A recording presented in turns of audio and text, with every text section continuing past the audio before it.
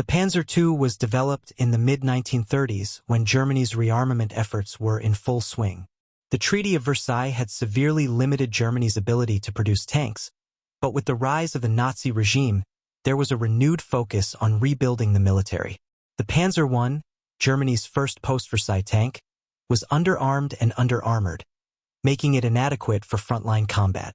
Thus, the Panzer II was conceived as a more capable, yet still relatively light, vehicle to fill the gap until more advanced models could be produced. The design and construction of the Panzer II began in 1934, with the first prototypes rolling out by 1935. It was built with a welded steel hull, which was relatively thin to keep the weight down, but it provided basic protection against small arms fire and shell splinters. The Panzer II was armed with a 20mm KWK-30L/55 autocannon and a 7.92mm MG-34 machine gun, giving it more firepower than its predecessor. The production of the Panzer II was spread across multiple factories in Germany, ensuring rapid deployment to the Wehrmacht. The Panzer II was a relatively small tank, with a mass of about 8.9 tons. It measured 4.81 meters in length, 2.28 meters in width, and stood at 1.99 meters high. Despite its light weight, it could achieve a speed of 40 kilometers per hour, 25 miles per hour on roads, and had an operational range of about 200 kilometers, 124 miles on road. The 20mm autocannon was capable of penetrating light armor, making the Panzer II effective in early engagements against other light tanks. However, its thin armor, ranging from 5 to 14.5 millimeters, left it vulnerable to anti-tank guns and heavier enemy tanks. The Panzer II's greatest strength was its versatility. It was small, fast, and relatively easy to produce. This made it an ideal reconnaissance vehicle and infantry support tank. Its simple design also meant it was easier to maintain in the field, which was crucial for the fast-moving blitzkrieg tactics the German army favored. The Panzer II saw extensive action during the early years of World War II, particularly in the invasions of Poland in 1939 and France in 1940.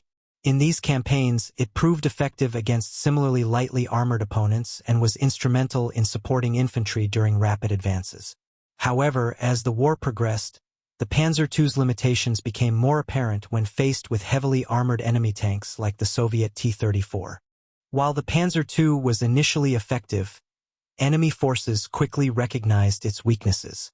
Its thin armor and light armament made it vulnerable to anti-tank weapons and more modern tanks. By 1941, during Operation Barbarossa, the Panzer II was outclassed by Soviet tanks, leading to heavy losses.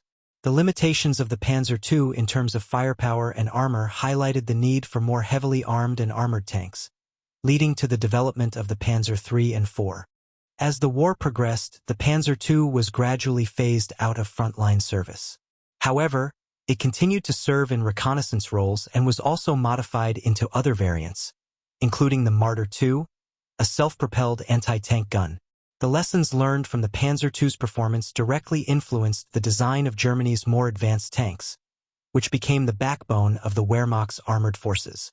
Between 1935 and 1943, over 1,800 Panzer IIs were produced, making it one of the most common German tanks of the early war period.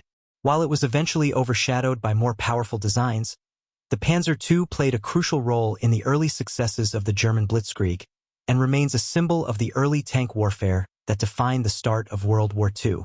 Thank you for joining us on this journey into the history of the Panzer II.